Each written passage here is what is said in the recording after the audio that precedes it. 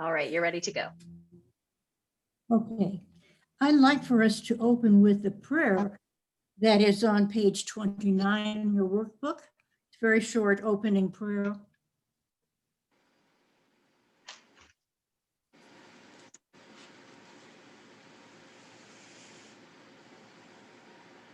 Okay, are you ready to join me? Yes. God of Rachel and Mary, God of the mothers of Bethlehem, you are with us when we rejoice and when we mourn. You are with us in our individual sorrows and in the sorrows we share. As we study your word, may we hear our sisters' stories and in hearing, relieve some of their burden. Amen. This Horizons study is rather unusual to have sort of a secular topic rather than a Christian precept or something about an individual in the Bible. Dr. Miller, our writer, introduces us to a human response to tragedy, catastrophes, and civil policies that have harmful effects on the society.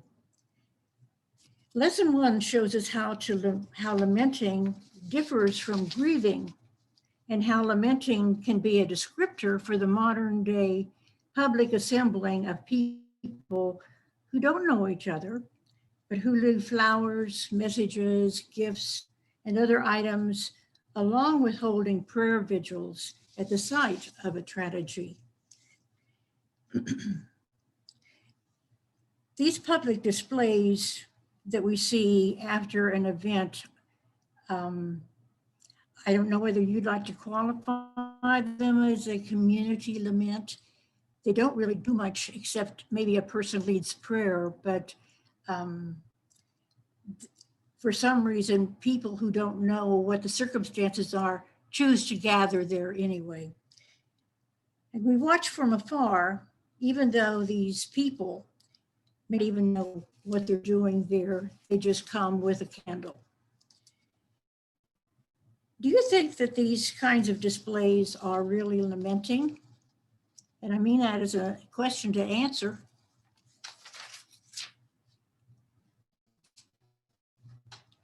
Okay. Okay, in lesson 2, Dr. Miller devotes to the examination of individual and community laments. Civil protests have become a form of community lament with the goal of achieving changes to a situation that they are protesting. And we've seen plenty of that over the summer. Dr. Miller introduces ways in which believers can adapt lamenting to personal situations or to a community need. The goal there is not only healing, but hope. Central to our understanding of communal lament is Psalms 137. Do we have someone ready to read Psalms 137?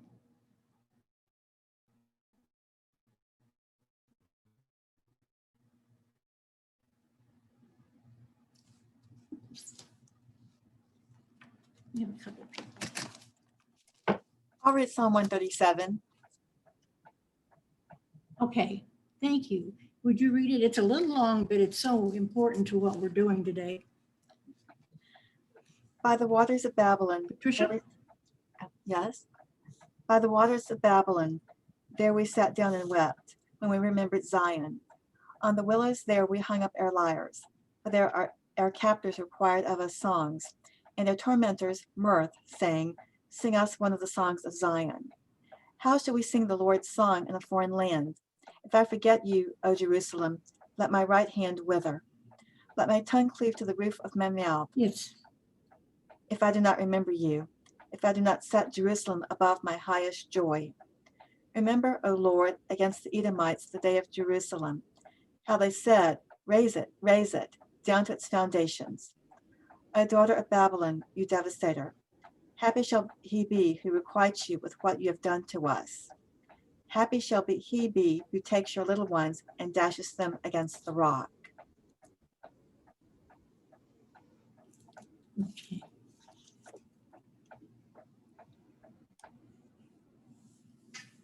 That is, the person who wrote Psalms 137 is describing the situation of what was going on in Zion and in Bethlehem and Judea and Jerusalem at the time. And it was so grim. I just thought the language really portrayed the heart of what a lament is. It's very personal, it's very serious, and it is a public form of grieving for a situation that they had no control over. Lesson 3 is about women who were and continue to be those in charge of mourning loss and death.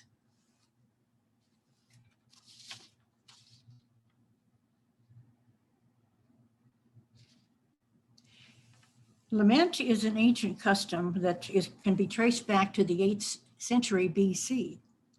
It was common in all of the ancient Near East, Egypt, China, and Greece. The hiring of mourners, wailing women often called keeners, Keeners, was common even before biblical time. Women were trained in the protocols of lamenting, learning behaviors, songs, dances, and ways to approach the body of the deceased. One of the articles I came across when I did some searching on the internet was access to a book called Calling the Keeners, the image of wailing women as a symbol of society in a traumatized world. It's by Juliana Claessens, who published this in 2010.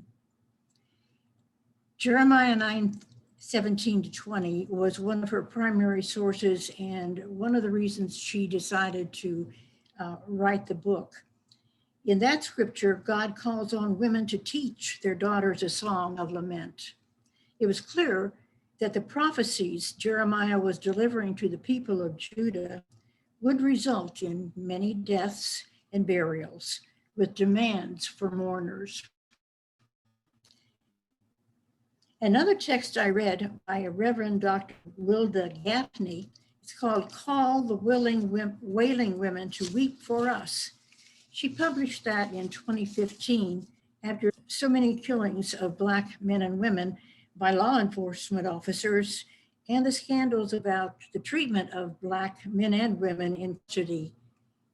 It became very continual and consistent on the front pages of our newspapers. She mentions that the killing of Michael Brown in St. Louis was one of the things that happened that you just said, enough is enough, I have to write something. And then she's kept up with the events that have continued to take place, that we watch the results on television. That was her beginning of her mission in doing things about mourning and weeping and wailing, and in her movement towards Black Lives Matter. I'd like for us to look at a few scriptures in the Bible that mention women as chief mourners and some specific portions of Dr. Miller's text in pages 30-34. Would someone like to read Jeremiah 9:17-21? That's in our book. Sure, I'll take that one. Okay. Thus says the Lord of hosts, consider and call for the mourning women to come. Send for the skilled women to come. Let them quickly raise a dirge over us so that our eyes may run down with tears and our eyelids flow with water. For a sound of wailing is heard from Zion. How we are ruined, we are utterly shamed because we have left the land, because they have cast down our dwellings. Hear, O women, the word of the Lord, and let your ears receive the words of his mouth. Teach to your daughters a dirge. and each to her neighbor a lament. Death has come up into our windows. It has entered our palaces to cut off the children from the streets and the young men from the squares. You know, that verses 17 and 20, women are named by the task and are skilled in this art of lamenting and mourning. And there must have been a tradition for women to teach their daughters to carry on the tradition of mourning publicly. I don't know whether they had a on-call list for people to notify when we needed some women to come and mourn and weep, but they had it organized, I gather. And would someone like to read the other primary text there on page 30, the Matthew 2, 16 to 18?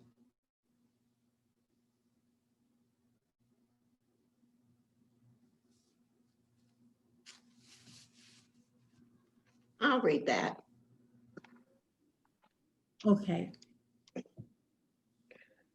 When Herod saw that he had been tricked by the wise men, he was infuriated, and he sent and killed all the children in and around Bethlehem who were 2 years old or under, according to the time that he had learned from the wise men. Then was fulfilled what had been spoken through the prophet Jeremiah. A voice was heard in Ramah, wailing and loud lamentation. Rachel weeping for her children, she refused to be consoled because they are no more.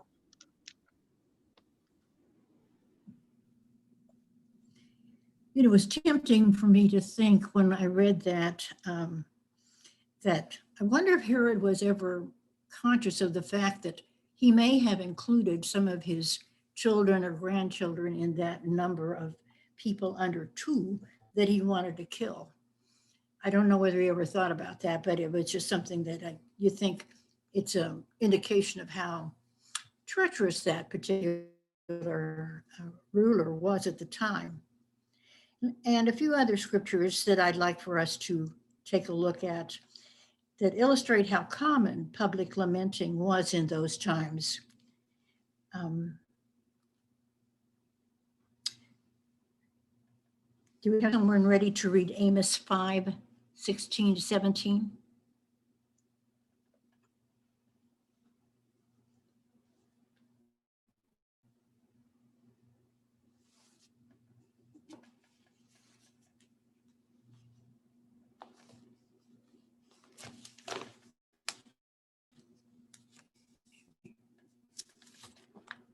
I don't mind reading that unless somebody else has volunteered and I haven't noticed. Did you say Amos 5, 16 and Apparently 17? not, so we'd be happy. Sorry, what? I'm sorry, Amos 5, 16 and 17, correct? Okay. Therefore, thus says the Lord, the God of hosts, the Lord. In all the squares there shall be wailing, and in all the Correct. streets they shall say, alas, 17. alas. They shall call the farmers to mourning, and those skilled in lamentation to wailing. In all the vineyards there shall be wailing, for I will pass through the midst of you, says the Lord.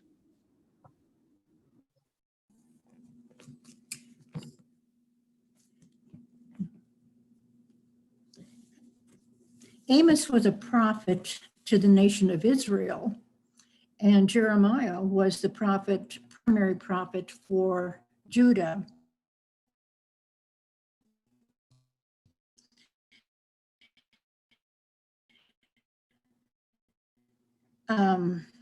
Even though they're doing their same thing, which is total disaster for the kingdoms. Israel fell to the Assyrians in 720 BC. Judah fell to the Babylonians in 586, but their prophecies sounded the same to me. All right, Mark 5, 35 to 39.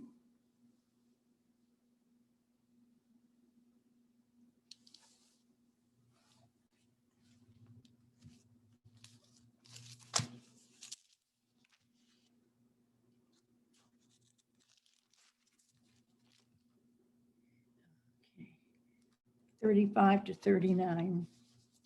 When he was still speaking, they came from the house of the synagogue official,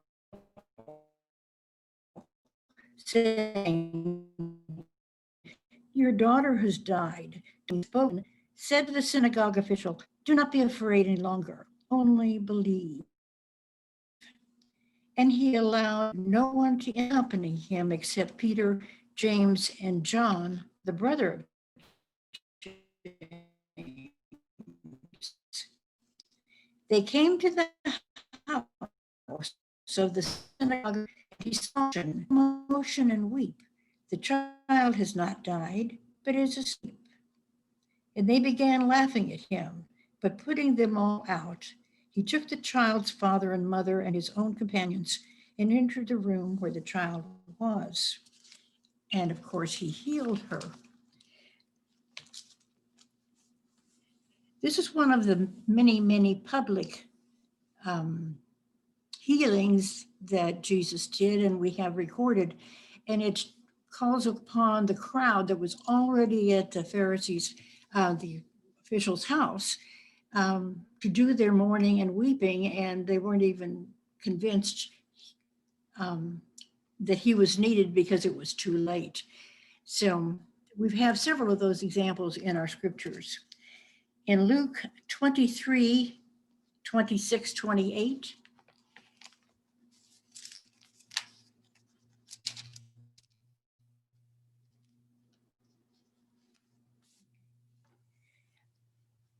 this is as Jesus was being led to his crucifixion. When they led him away, they seized a man, Simon of Cyrene, coming in from the country, and placed on him the cross to carry behind Jesus. And following him was a large crowd of people and of women who were mourning and lamenting. But Jesus turned to them and said, "Daughters of Jerusalem, stop weeping for me and weep for yourselves and for your children." So Jesus was familiar with all of this mourning and weeping, and he told them to stop it because he was aware that there wasn't going to be a memorial for him.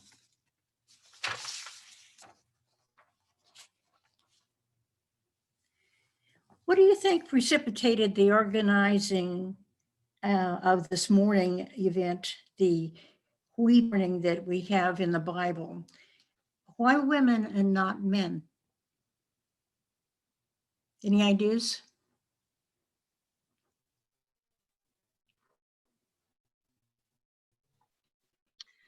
I just wonder if the women were so often. They just carried on a tradition.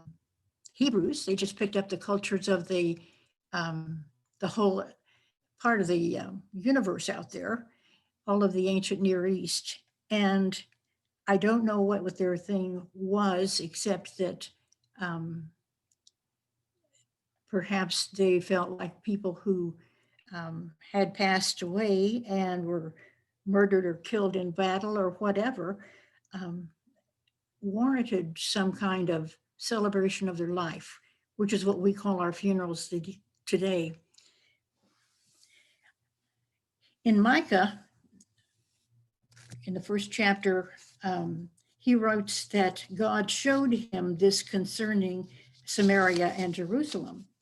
Samaria was destroyed by the Assyrians, and Jerusalem would be by the Babylonians almost 200 years later, and their fates were similar. And in Micah 1:1, he writes, "Hear, O people, all of you, listen, O earth, and all it contains, and let the Lord be a witness against you." And in verse 8, he writes, "Because of this, I must lament and wail. I must go barefoot and naked. I must make a lament like the jackals and a mourning like the ostriches." He was preparing for his own long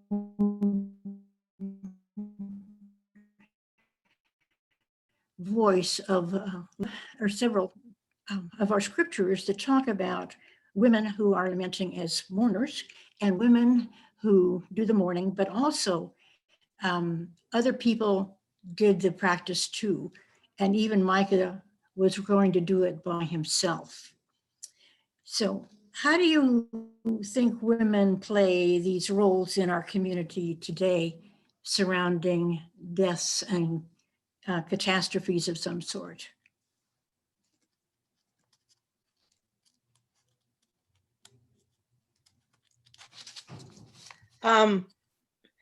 This is Katherine Jackson. My immediate response is that it is often our women who are the ones that begin to take the food, to show up,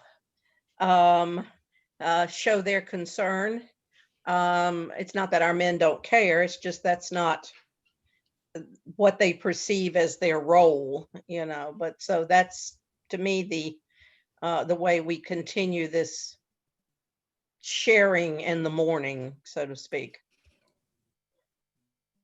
And when it's done within our own congregation, it's somebody that help. We want to offer help. So, what would you think if we had mourners and weepers that were organized that you could call on and say, I need some help at this funeral. Can you come and do your thing? Do you think that would be acceptable in our society the way we are today?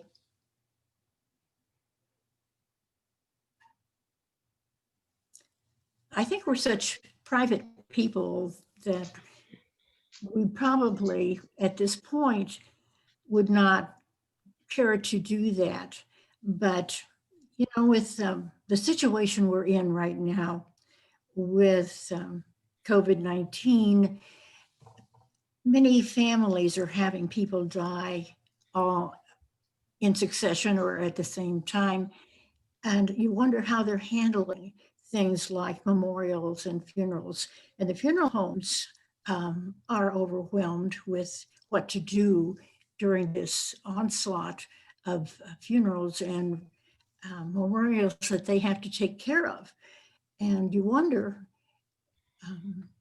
what would happen if we had to organize group funerals or memorials, because pastors and funeral directors and families might not be able to handle this kind of situation. Barbara? Yeah. As a pastor, I think I sometimes do organize mourners in the sense that, particularly if it's a person who has been a shut-in for a long time and maybe cut off from the congregation, or someone who hasn't been as active, I put out phone calls to make sure folks are going to be there at the funeral to show that respect. Also, when we, you know, sometimes families want the congregation to share, and I always sort of plant a couple of people to start the ball rolling, so to speak, so that other folks will be comfortable in sharing. So I think in some ways we do organize mourners.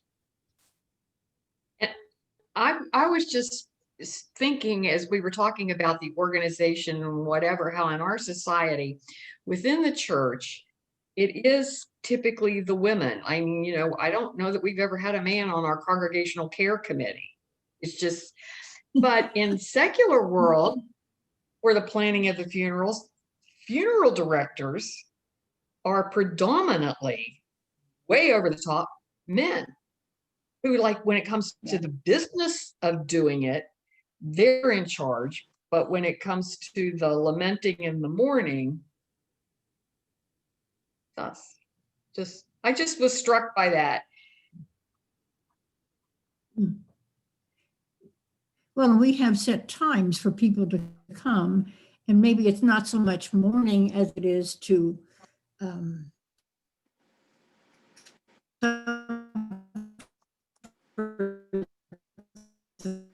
family when we have visitation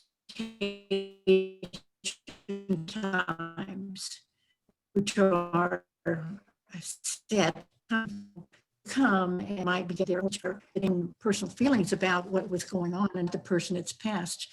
But I've never been part of a funeral that covered more than one person. But I think they do that in military families and in situations after a natural disaster. Sometimes they have to wait a long time to be able to do that when, you know, the town or the city is devastated by a natural event like a flood or earthquake or something like that. Some died. My husband died during the first time we were in national lockdown. And of course, all the churches were closed, all public buildings were not open.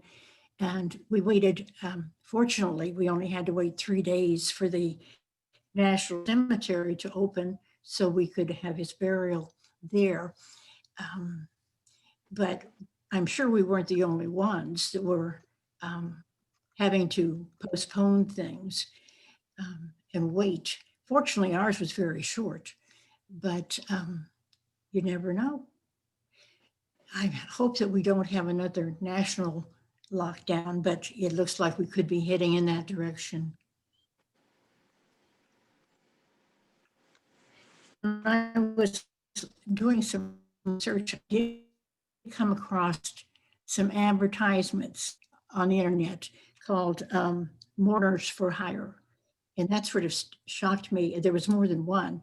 And I thought, are we ready for that? You can understand if a pastor has the opportunity and the resources to call on people to come and to a memorial service, then what about hiring people who advertise that that's what they do?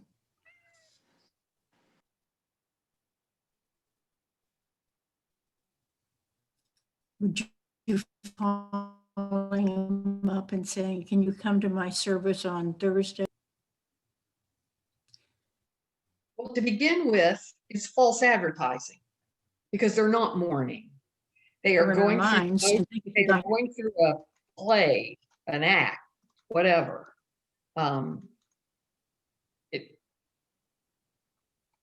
That freaks me out. Ugh. Well, I think it does. You know, we think, oh no, I can't do that. But because of the situation with the lockdown, I don't know what other people were doing.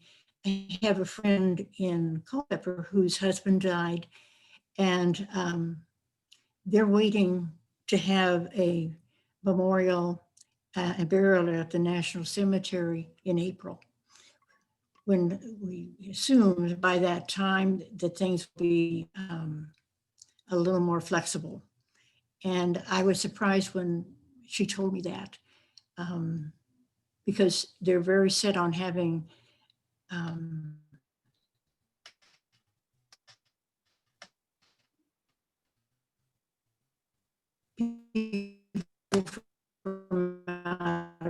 and to be at the ceremony. And I think we have to get on to change and how much we want to preserve of what we're already doing, that we're comfortable doing.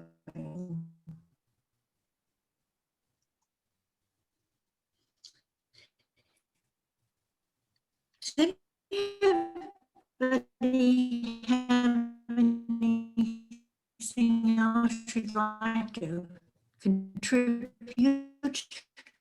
to this topic? It's a little more about, there's maybe something that is very disturbing, like the protests we saw in Portland.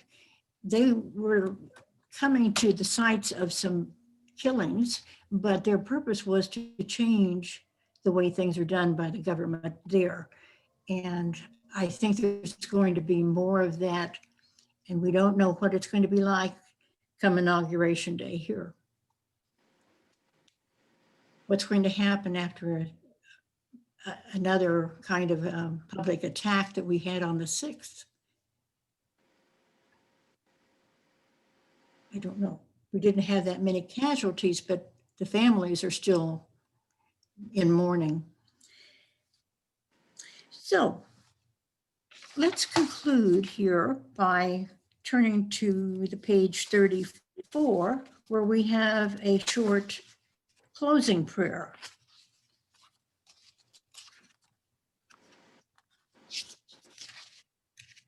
Okay, Barbara, find it. It's on page 34. We have a closing prayer. Would you join me, please? God of Sarah and Miriam, God of Hagar and Tamar, God of my sister beside me, and my God, your daughters are here. We're ready to lead your people in mourning when it is time to mourn, and dancing.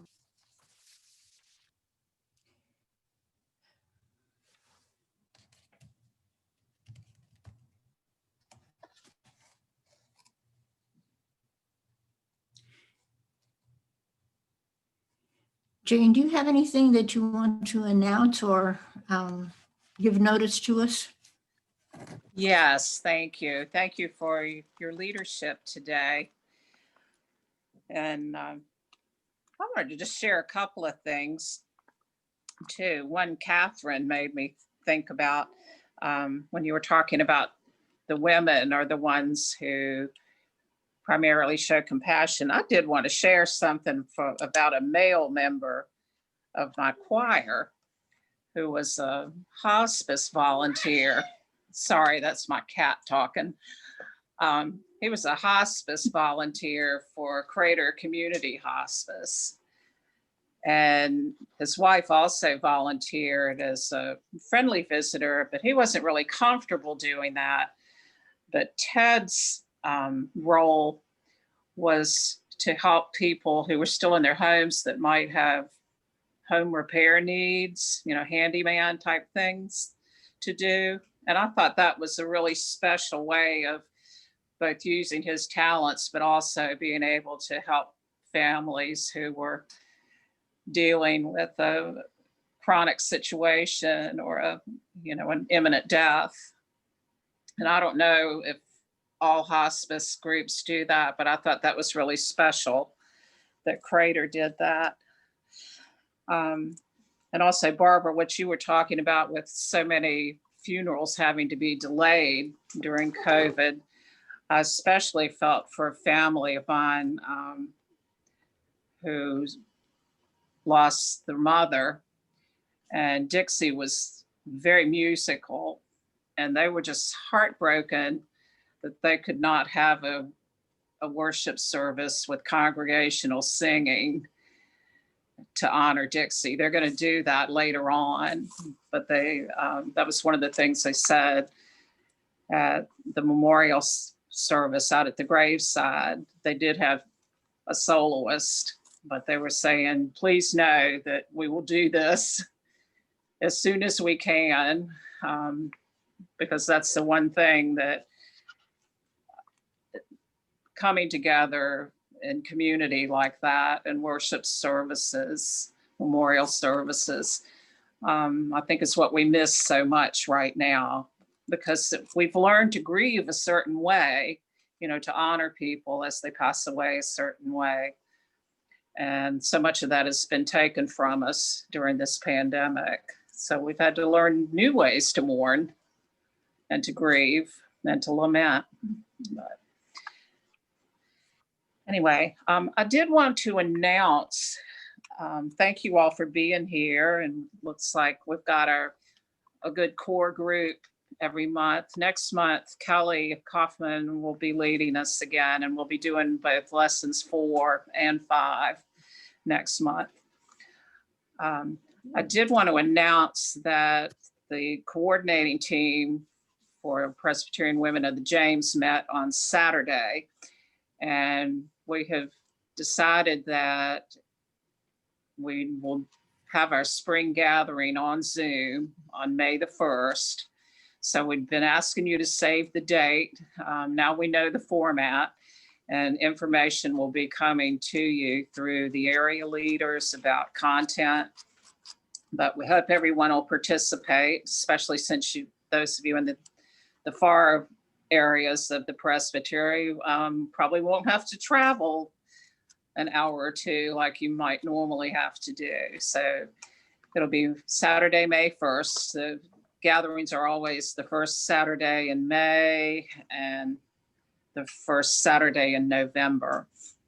But we will have our similar format with speakers. The mission offering will be for CARES Homeless Center in Petersburg. So you'll be getting information about that. The Youth Council will be speaking on climate change. And we will have our in memoriam service for those who passed away in 2020, as well as a virtual service of Holy Communion. So I hope all of you all will be able to participate in that on May the 1st. And again, thank you all for being here and being a part of this today. One message that I think Dr. Miller emphasized was that with grieving, we cut it short. We tell people to, get together and move on. But with lamenting, it's a purpose for extending that experience. And I think that's a good thing.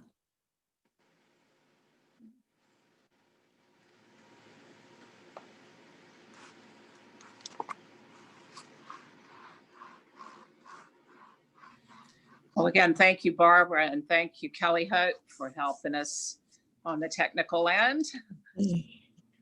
Yes, Kelly's been so helpful. I wasn't sure. We have very limited power here where I live, and I wasn't sure we'd get through it.